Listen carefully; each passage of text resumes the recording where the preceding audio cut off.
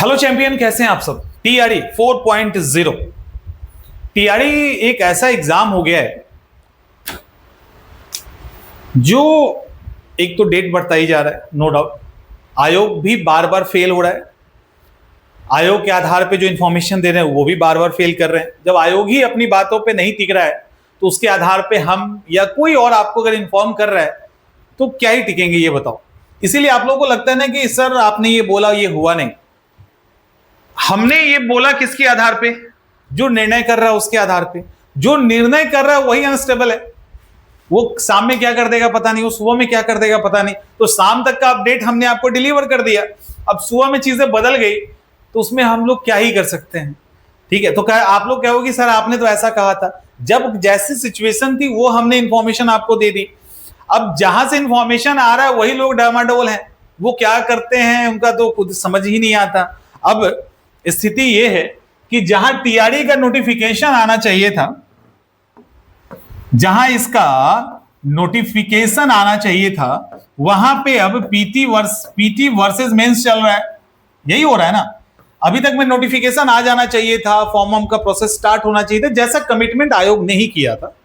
तो अब PT versus mains हो गया। अब इसके अंदर क्या हो गया है दिक्कत, यहां पर अब हो गया प्रॉब्लम क्या है कि बच्चों की एक अच्छी खासी संख्या है जिनका कहना है प्रीलिम्स ही होना चाहिए। ठीक है, और उसी में से बहुत सारे बच्चों की ये भी है डिमांड है कि नहीं, बहुत बढ़िया बात है, प्रीलिम्स प्लस मेंस भी होना चाहिए।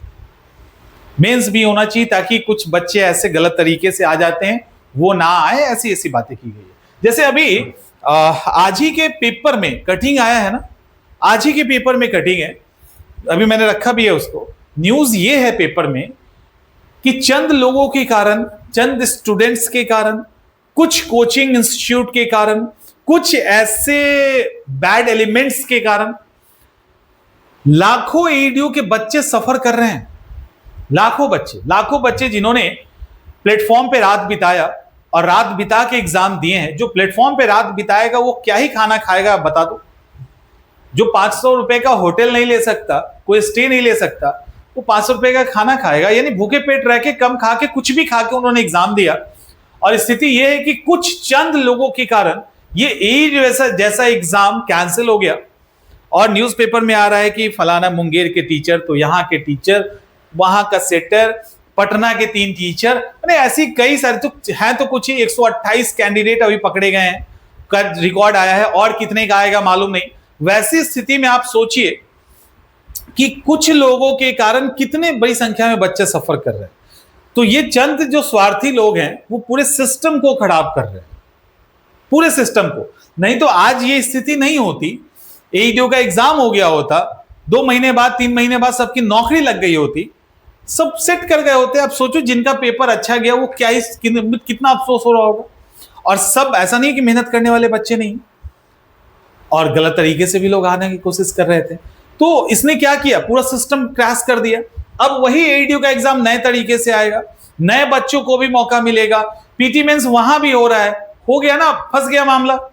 अब मामला फंस गया वहां पे टीआरई में। अब देखिए, अब इसी सब चक्कर में क्यों ऐसा हुआ, आज जो आयोग को भी प्रीलिम्स और मेंस लाना पड़ा। देखो बड़ा ही प्रैक्टिकल होके समझो, मेंस की जो प्रीलिम्स और मेंस की बात ये कर रहे हैं, आखिर ये भी क्यों कर रहे हैं।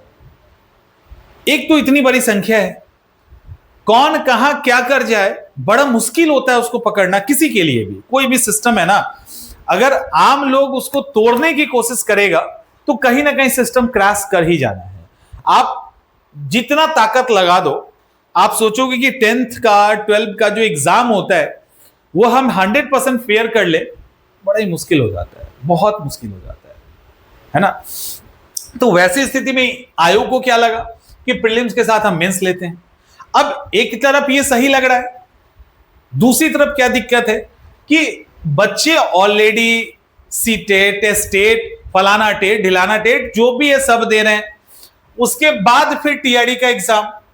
अब इतने एग्जाम ऑलरेडी दे ही रहे हैं तो फिर मेंस के चक्कर में फंस जाना। अब मेंस आयोग का कहना है कि भाई अगर कोई गलती यहां हुई तो हम यहां सुधार लेंगे। बच्चों का कहना क्या है, बच्चों का कहना यह है कि हमने इतने सारे एग्जाम दिए, अब एक एग्जाम में हो जाएगा तो जल्दी जल्दी चीजें हो जाएगी समअप। अब इसके बाद फिर से और फिर मेंस देंगे, फिर सिलेक्शन होगा, तो उनको लगता है कि लेंदी प्रोसेस है, डबल एग्जाम क्यों दे, कितना एग्जाम दे, तो उनका फ्रस्ट्रेशन भी अपने आप में जायज है। अब मिक्स रिएक्शन क्या आ रहा है, बच्चों के अंदर ही दो गुट बट गया है। एक गुट चाहता है कि मेंस भी हो, कई मैसेजेस हैं आप देख सकते हो जाके यूट्यूब पे भी। एक गुट चाहता है कि नहीं बढ़िया हुआ मेंस भी हो, दूसरा चाहता है कि नहीं मेंस क्यों हो, सिर्फ प्रीलिम्स हो। तो इसको लेकर अलग अलग रिएक्शन आ रहे हैं। तो दिक्कत यहां पे यह है कि किसको सपोर्ट किया जाए, किसको सपोर्ट किया जाए। लेकिन नो डाउट मेंस को बहुत सपोर्ट करने का मतलब नहीं है, क्योंकि अगर टीआरई में कि पहले कोई एग्जाम नहीं हो रहा होता ना, तो हम कहते ठीक है प्रीलिम्स भी ले लो मेंस भी ले लो। कोई बीएड करके आया, बीएड करके डिलीट करके आया, अब उसको टीआरई देना है सीधा, तो टीआरई में ठीक है प्रीलिम्स और मेंस हो रहा है तो चलो वो ठीक है। वो ऑलरेडी एक एग्जाम दे चुका है, दो एग्जाम दे चुका है, उसके बाद वो आ रहा है यहाँ पे एग्जाम देने के लिए। तो सही बात है, कितना एग्जाम है ना, कितना एग्जाम, और एग्जाम सिर्फ इसीलिए कि यहां पे गड़बड़ी होगी तो यार ठीक कर लेंगे, तो ये कोई तर्क नहीं बैठता है। अब आयोग की एक अपनी मजबूरी है, बच्चे का सोचना अपनी जगह पे है, ठीक है, अपनी जगह पे, वो भी गलत नहीं है। जो मेंस की बात कर रहे हैं उनको लग रहा है, मेंस की जो बच्चे बात कर रहे हैं उनकी भी संख्या अच्छी खासी है।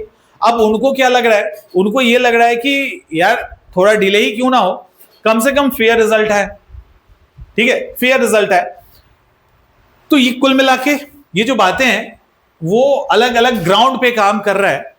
लेट्स सी क्या होता है, और इसमें सबसे बेहतर जजमेंट जो करेंगे ना वो आप ही करोगे, क्योंकि एग्जाम आपको देना है। टीचर को क्या है, पढ़ाना है। हम मेंस आएगा तब भी पढ़ाएंगे, प्रीलिम्स होगा तब भी पढ़ाएंगे, एज ए स्टूडेंट आपको एग्जाम देना है। अब आपको कहीं ना कहीं एक मत में आना पड़ेगा, और वो आप खुद से ही लेके आओगे। अब कुछ बच्चे कहेंगे नहीं होना चाहिए, तो आयोग को लगेगा बढ़िया है, इतना बच्चा तो सपोर्ट कर रहा है, चलो करते हैं। सब बच्चे कहेंगे नहीं होना चाहिए, तो वो भी एक बार सोचने पे बाध्य होंगे कि हाँ यार नहीं होना चाहिए, बहुत ज्यादा विरोध हो सकता है, नहीं होना चाहिए। लेकिन कहीं ना कहीं एक मत तो होना होगा, या होना चाहिए या नहीं होनी चाहिए, तो उस पर आपको ही कहीं ना कहीं चीजों को तय करना होगा, तय करना होगा। और इतने बच्चे तो हो नहीं कि आपको इस मामले में कन्विंस किया जाए किसी भी एक पक्ष में जाने के लिए।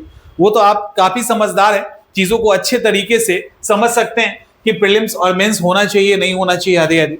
तो बेहतर यह है कि अभी समय है, तो बेहतर यह है कि एक मत पे आओ, ठीक है, एक ओपिनियन पे आइए कि क्या होना चाहिए। एक ओपिनियन पे आओगे तो बात करना इजी होता है। जहां बटेंगे तब तो 10 आदमी भी मिल गया ना तो 90 पे भारी पड़ जाएगा।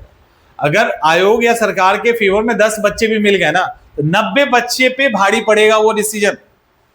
तो ऐसा नहीं हो कि आप लोग मान लो कुछ चाहते हो, जो भी जैसा चाहते हो। मैं ये नहीं कह रहा कि होना चाहिए नहीं होना चाहिए, अभी हम नहीं कह रहे, अभी नहीं कह रहे, क्योंकि अभी आपका जो डिसीजन है ना, आपका जो सोचना है एज ए स्टूडेंट, ये सबसे ज्यादा मैटर करता है। बस हम ये कहेंगे कि किसी एक डिसीजन पे रुक जाइए, क्योंकि 2 डिसीजन पे रुकोगे ना तो फिर दिक्कत है, फिर दिक्कत है। खैर इस पे बात करेंगे, अभी आपकी जो राय है वो बताइए और उसके अकॉर्डिंग फिर आगे चर्चा होगी। मिलता है नेक्स्ट।